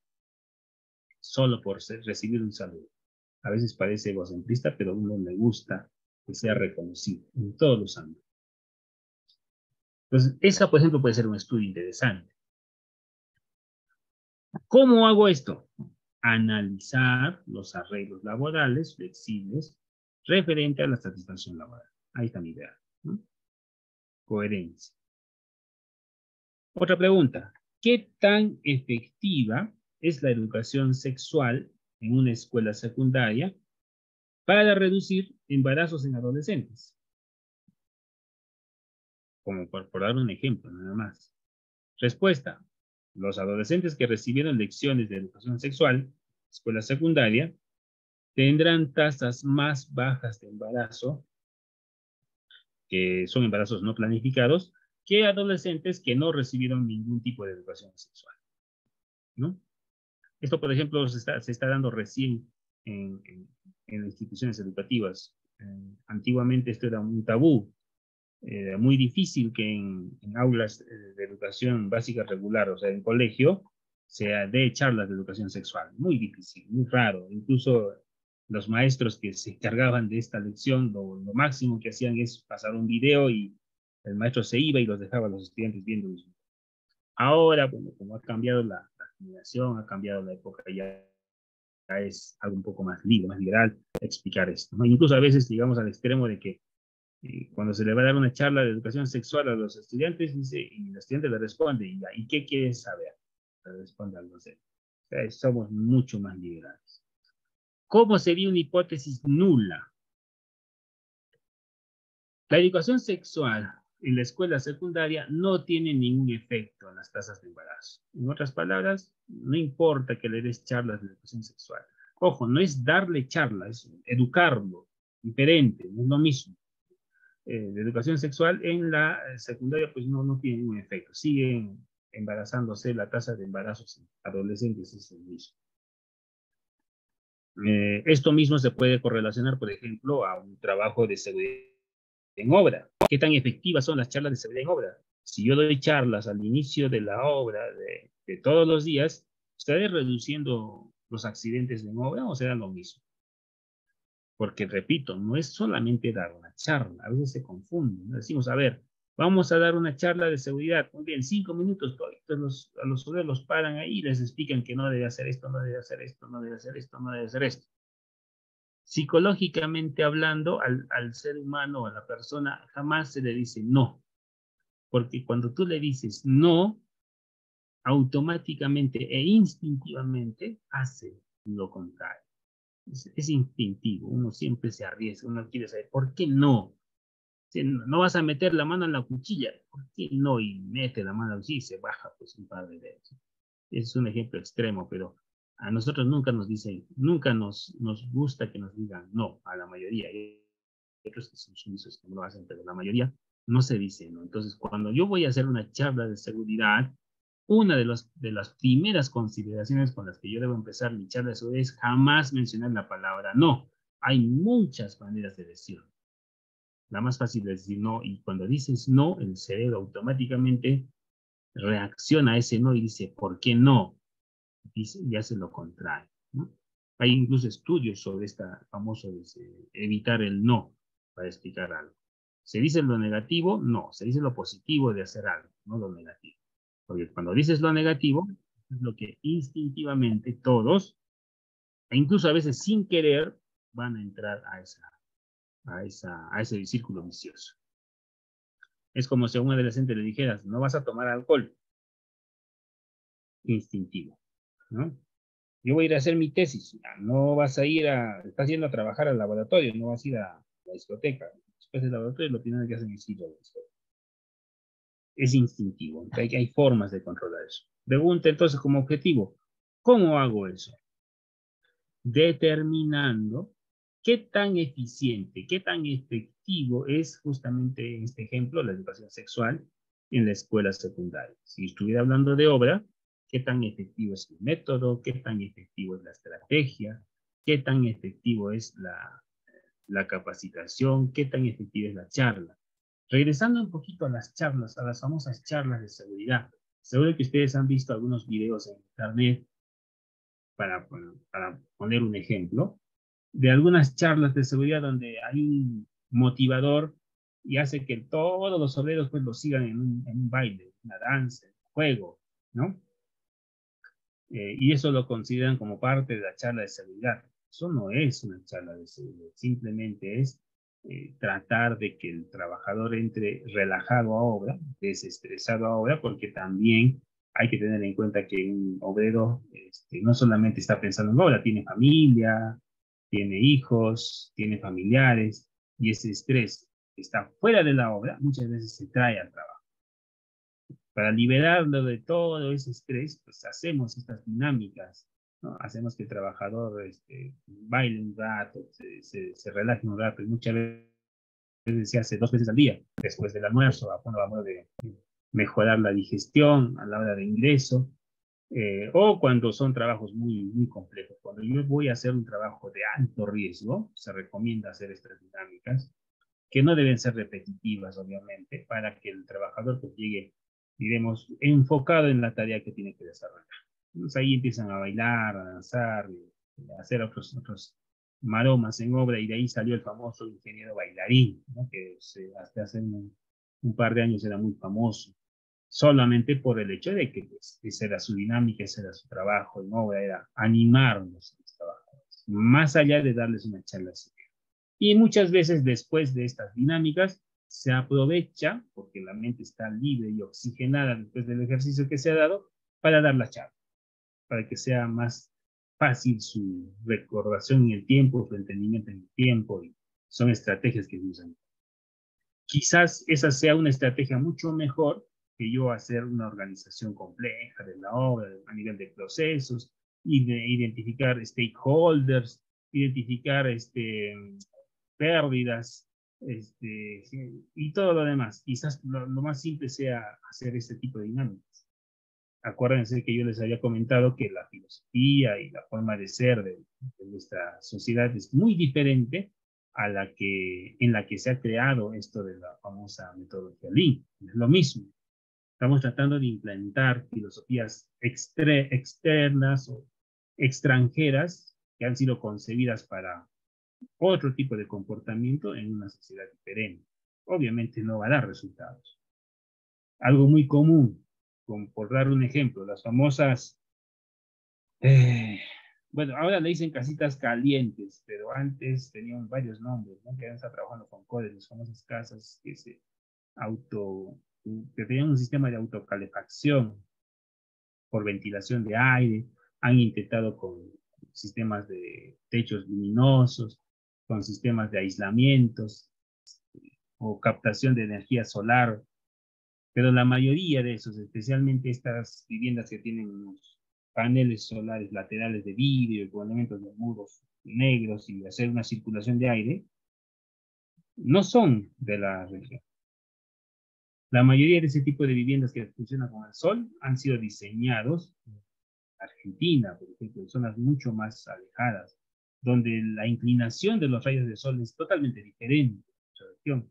Nosotros estamos, aunque no tanto, muy cerca a la línea ecuatorial, ¿no? No nos notamos, pero estamos muy cerca al Ecuador. Es por eso que es muy difícil diferenciar entre verano e invierno, al menos en nuestra región. En Puno es difícil identificar eso, ¿no? En la zona de costa y aquí en Arequipa, por ejemplo, sí lo podemos diferenciar de alguna manera. ¿Por qué pasa eso? Uno, por el nivel de altura en el que se encuentra Puno, y otro, porque estamos muy cerca del Ecuador. No se diferencia. Pero de la zona donde trajeron esa tecnología, pues sí, la diferencia es muy marcada. ¿Y qué hicieron? Simplemente copiaron y pegaron esa metodología y la trajeron para acá. Por eso es que no funciona. A veces decimos, voy a hacer una evaluación de casitas calientes y ver por qué no funciona. Una de las primeras variables que había que ver es dónde fue generado esa tecnología, con qué realidad, y si es que lo que están haciendo simplemente es aplicarlo a una realidad diferente. y aplicarlo a una realidad diferente, ¿qué implica? Pues indica que con esa variable de espacio no va a funcionar. Aparte está la otra variable de contexto social, ¿no? Por ejemplo, yo suelo ver estudios donde agarran y traen, he visto incluso estudios de la Pontificia Universidad Católica, en convenios hasta de la UNI, proponer viviendas que soporten climas fríos. Han construido como parte de un proyecto de tesis una vivienda. Y lo curioso de estas viviendas es que han sido concebidas desde la zona en la que está el tesista, o sea, la costa, ¿no? Viviendas de la costa. ¿Cómo te das cuenta de eso? Porque el voladizo de las calaminas o la cobertura de estas viviendas tiene 20 centímetros, incluso 20, 15, 20 centímetros, y en la fotografía se ve claramente. Las pendientes no superan los 30 grados, lo recomiendo, las inclinaciones de los techos. Han hecho todo un estudio pensando, obviamente, en conceptos de la costa, donde la precipitación pluvial es no tan elevada. Y cuando yo he visto ese tipo de construcciones, lo primero que se sale a luz es este volado que tiene pues 15, 20 centímetros, que solo se usa en la costa. En la sierra eso no funciona, porque la lluvia viene con mayor intensidad, con un ángulo de inclinación, y lo primero que va a hacer es chocar a la pared y obviamente erosionarlo, ¿no? A veces no se ve esa variable. La intención es muy buena, pero no está adaptado a la región. Y un tercer concepto sería la aceptación de la arquitectura, que es muy difícil. Yo no puedo implantarle, por más eficiente que sea un sistema, una arquitectura diferente. Ejemplo muy común, las ventanas enormes que a veces queremos, por cuestiones arquitectónicas modernas, decir, bueno, una ventana muy grande, casi llega con un parapeto de 50 centímetros, 40 centímetros, pues obviamente una realidad diferente funciona.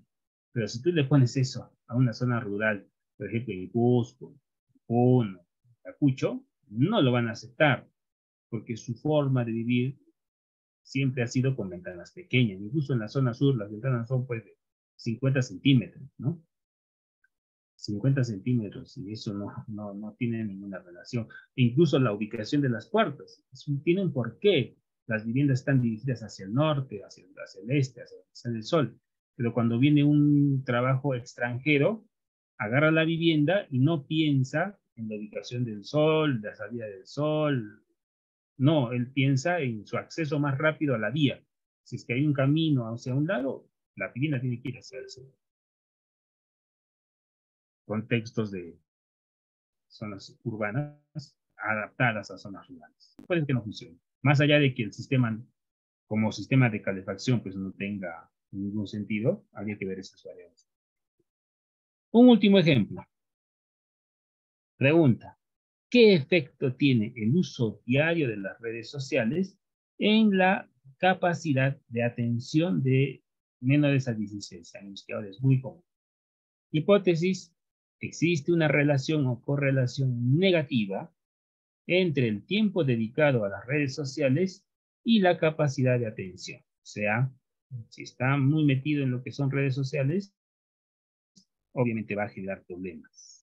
Esto es muy común en los adolescentes. Ahora en la calle yo veo un grupo de estudiantes de colegio, incluso ya cachimbos, porque ya llegaron a la universidad muchos de ellos, 4 o 5 caminando a la vez, todos con sus celulares, todos atendiendo al celular, y así están caminando.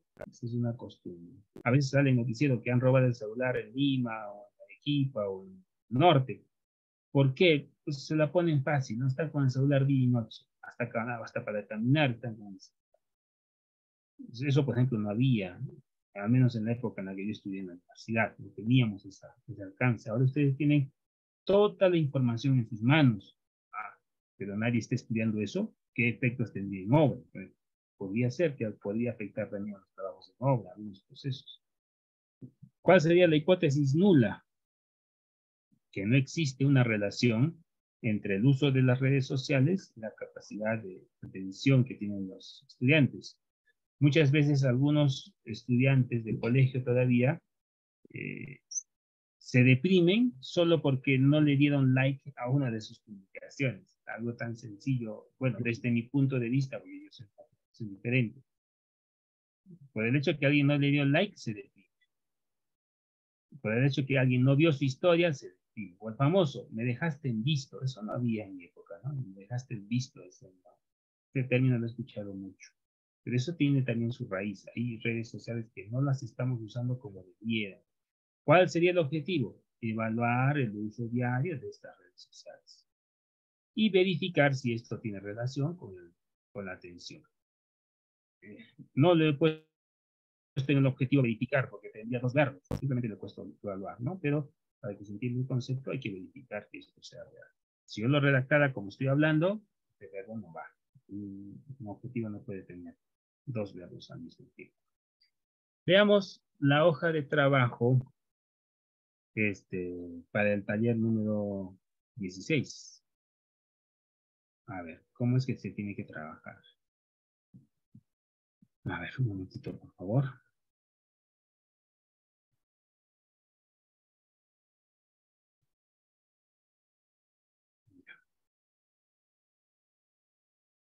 ¿Qué tienen que hacer en el taller número 16? El taller número 16, como el taller número 15, está relacionado a la redacción de los problemas de investigación, ¿no? Ambos. Pero para el taller 16, a diferencia del taller 15, lo que se necesita son los objetivos operacionales, no el objetivo específico general, sino más bien los objetivos operacionales. Por eso es que también para ese taller les di un poco más de tiempo, como la semana anterior. Pueden ser 3, pueden ser 4, este formato está hecho para 4, pero pueden ser más, pueden ser 5, ya definimos la clase anterior, algunos de los objetivos. Van a copiarlos del taller anterior y en cada caso lo van a transformar en una pregunta, ¿no? Aquí está la pregunta. Simplemente es el objetivo que tengan acá, le quitan el verbo en infinitivo y acá le ponen la pregunta, teniendo en cuenta que tiene que existir relación, ¿no? Tanto el objetivo operacional tiene que tener una relación en el sentido de que es una respuesta también. El famoso cómo lo voy a hacer está en estos objetivos. Pero como son objetivos de segundo orden, yo podría decir incluso que estas son ya las respuestas a esta pregunta. No es lo mismo que en el caso anterior que era la hipótesis, pero si es que alguna de ellas no tiene la hipótesis, porque no todos los objetivos tienen hipótesis, pues ya esta misma ya es la respuesta de la pregunta. Así de fácil tiene que trabajar. Por lo tanto, aquí sí pueden utilizar diferentes tipos de preguntas, pero si se les hace complicado, podrían utilizar la tabla que está también en la hoja anterior. Lo voy a copiar aquí, ustedes lo tienen en el taller 15, este es el taller 16, ¿no? Donde se había recomendado algunas preguntas, algunas, porque en este caso sí pueden ser muchas más variaciones de preguntas en base a los niveles de ingreso. La única consideración, más allá de esta tabla, es que exista coherencia entre la pregunta y el objetivo operacional. Coherencia. Si la pregunta dice algo, esto tiene que responder ese algo. ¿Cómo se hizo? No es tan complicado en el sentido de que nuestros objetivos operacionales ya están definidos, ya están corregidos. En realidad, yo a estas alturas yo considero que es así. Lo único que hay que pensar y repensar nuevamente son qué preguntas podemos poner. Ahora, si hablamos a nivel de preguntas, eh, podríamos trabajar también de esta manera. Un poco para copiarles aquí.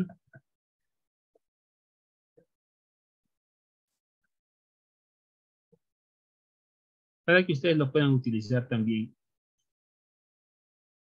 como parte de su trabajo.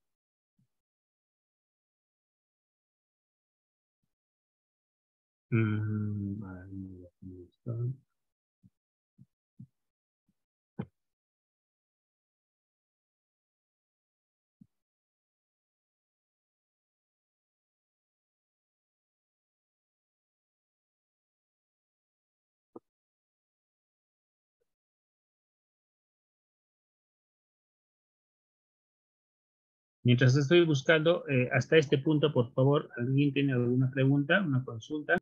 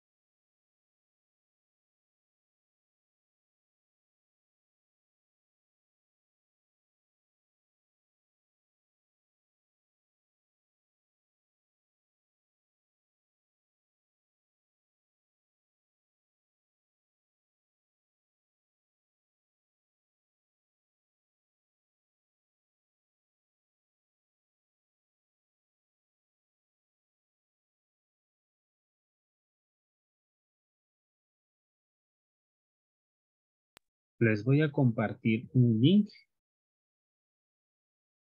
que no lo tengo a la mano, pero lo he encontrado así. Es un link para que ustedes puedan acceder a esta página, que es un complemento al taller de hoy. Voy a compartir la página. A ver. Está.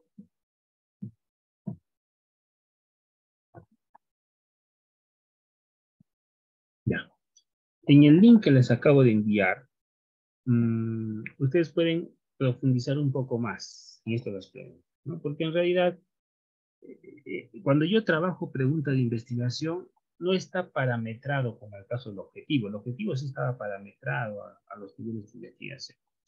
Pero va a haber preguntas de investigación que a veces no se ajustan mucho a las propuestas que yo les he enviado.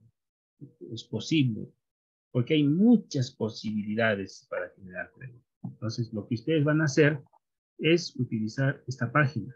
Estoy mandando el link por el chat. Habla sobre preguntas de investigación y cómo es que se realizan y qué son. Básicamente es eso. Entonces, este es un complemento para que ustedes lo lean.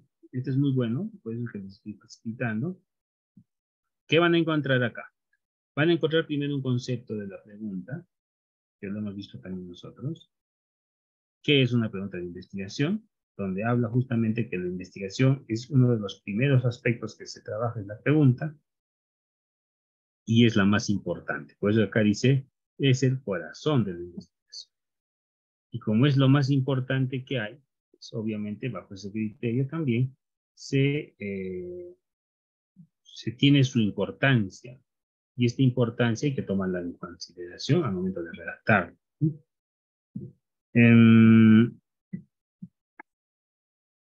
Esta recomendación es importante.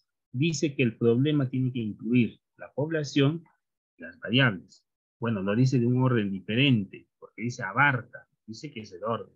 Pero nosotros hemos visto que si nosotros tenemos un enunciado de estudio y el enunciado de estudio es prácticamente el problema, o en este caso la pregunta, mi enunciado de estudio ya tiene variables y también objetos.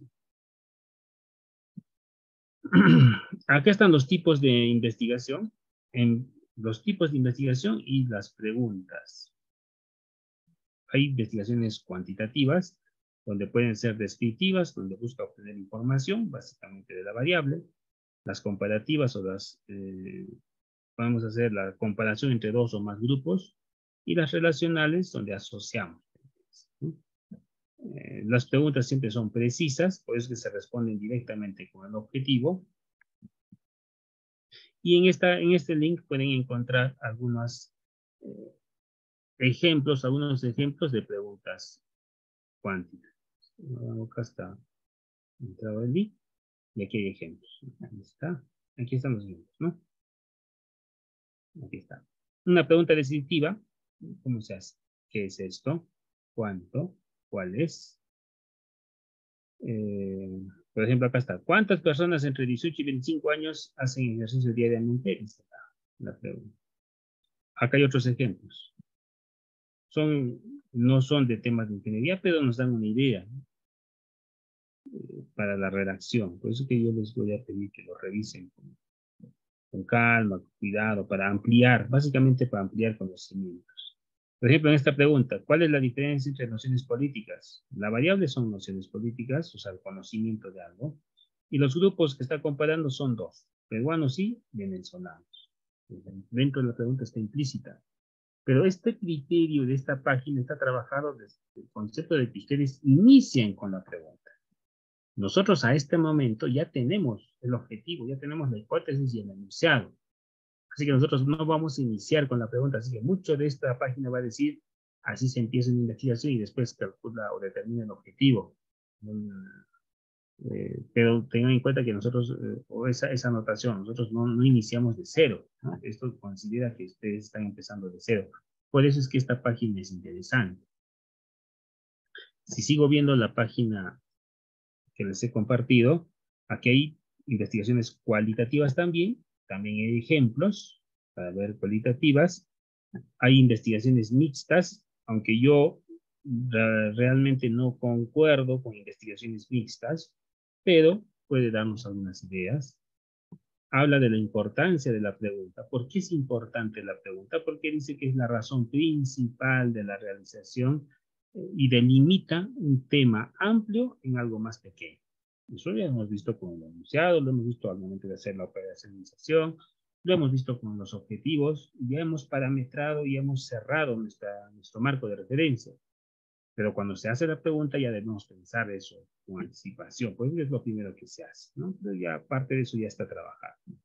¿Cómo se realizan estas preguntas? Esta es una estrategia interesante.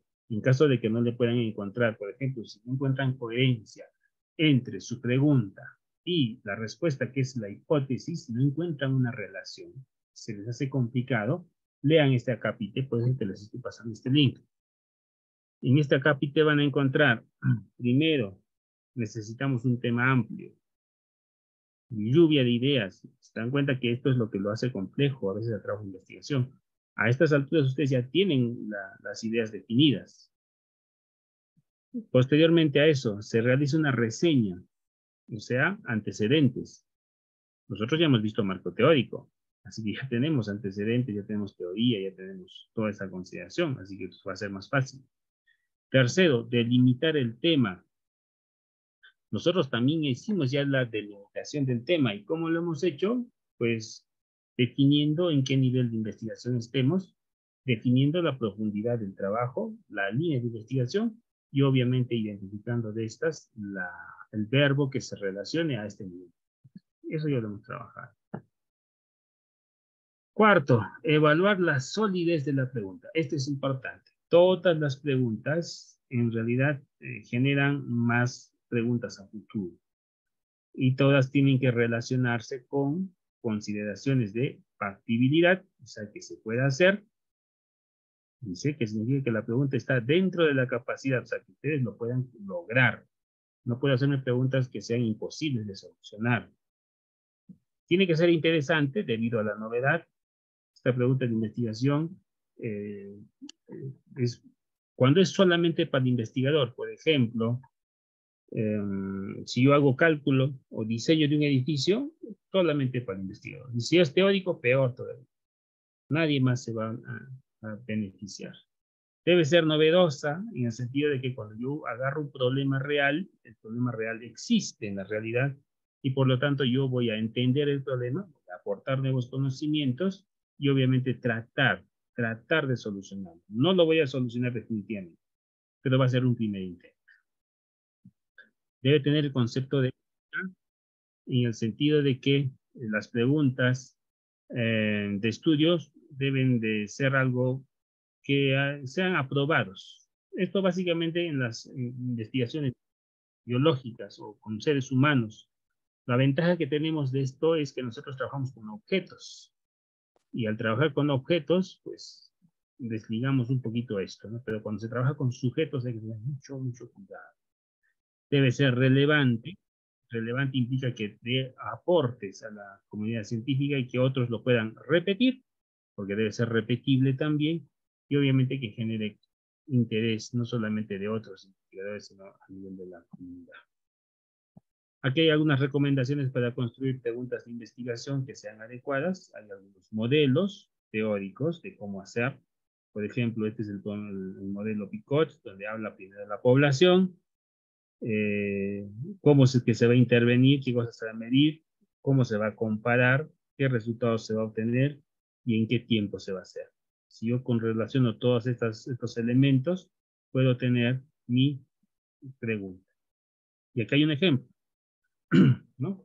¿Tienen los hijos de padres con problemas de adicciones un mayor riesgo de sufrir depresión? Bueno, pues revisen la página y van a entender que la pregunta está relacionada a este método. Es un método diferente que yo no estoy trabajando, pero que también a ustedes les puede ayudar a generar una adecuada pregunta, ¿no? O incluso mejorarla. Una vez que ya la generé, yo puedo incluso hacerle una relación mucho más interesante, pero a veces eso se hace más a nivel de posgrado. El pregrado se mantiene tal cual. Acá hay otro ejemplo de PICOT, mira, la población, niños, el indicador, padres, el grupo, hijos y padres con problemas, el resultado, voy a identificar un riesgo, y el tiempo entre 5 y 18 años. Y en base a eso hace su pregunta. Este es otro método, el PEO, el método PEO, población, la exposición y el resultado. Es similar al anterior, solo que es más resumido, ¿no? Y aquí están también algunas consideraciones para aplicar este método. Acuérdense que esta página web, y les repito otra vez, está hecho considerando que ustedes están iniciándose en un trabajo de investigación. Ustedes están empezando a identificar una idea de investigación. Yo les voy a pedir que lo lean para reforzar lo que ya tienen, ¿no? Porque muchos de los ejemplos que están acá es como si estuvieran partiendo de algo. Ustedes no están partiendo de algo, ustedes ya tienen la idea. Simplemente tienen que ver si es coherente a estos métodos. Y en conclusión, les da algunas pautas de cómo poder mejorar. Incluso, como les digo, en cada uno de estos hay algunos ejemplos que pueden ir revisando y que, bueno, en realidad, como dije, estos métodos no son míos, así que no los he elaborado yo, pero sí les recomiendo que lo puedan utilizar. Son métodos diferentes para reforzar su idea de investigación, para ver si su idea que ustedes ya plasmaron se relaciona con esto. Qué genial sería que ustedes hagan esto, este ejercicio del pivot especialmente, o el picot, perdón, y tenga relación con lo que están planteando. Les aseguro que el trabajo ya estaría prácticamente asegurado, ¿no? Simplemente es que con un método diferente ustedes están obteniendo un resultado que menciona esta parte. Entonces les doy el link, está en el chat de esta videoconferencia para que ustedes lo puedan revisar. Habla sobre preguntas de investigación. Ese blog tiene varios temas de investigación también interesantes. Si quieren explorar más, les doy libertad para que ustedes puedan seguir profundizándose en el tema. Pero la intención de la sesión del día de hoy es generar dos hojas de trabajo. En primer lugar, identificar el problema específico, y en segundo lugar, identificar los problemas operacionales. En este caso, sí es necesario que exista relación. Si yo tengo 5 objetivos operacionales, debo tener 5 preguntas operacionales. Eso sí es obligatorio. Si yo tengo una pregunta específica, un problema específico, un objetivo específico, tengo que tener una pregunta específica. Toda tesis se recomienda que tenga solo una pregunta. ¿Podría tener dos? Sí puede tener dos. Si es que su objetivo así lo requiere, pueden dividirlo en dos preguntas específicas o generales. Puede tener. Es muy raro ver una tesis así, pero implica que es más trabajo. Es como si estuvieran trabajando dos tesis a la vez, pero sí se puede. Y si van a plantear propuestas, eso sería mejor que aparezcan. En realidad una propuesta sería un segundo objetivo, pero sería mejor que aparezca como objetivo operacional para que ustedes puedan reforzar su proyecto y que también pueda ser aprobado, porque tengan en cuenta que Hasta el momento no he visto ninguna tesis en la Universidad Nacional allá en Puno que tenga dos objetivos generales. No la he visto todavía. Pese a que eso sí es posible, no la he visto. Entonces, eso implica que por estadística, hasta el momento existen 0 proyectos de esa categoría y quizás los jurados también vean esa consideración. Si ven dos objetivos, podrían confundir el trabajo de investigación y hacer que esta no sea tan relevante y por tanto no ser aprobada. Pero en términos concretos, sí es posible hacerlo. Va a depender mucho de su asesor, que guíe y que trabaje en. Muy bien, con eso terminamos.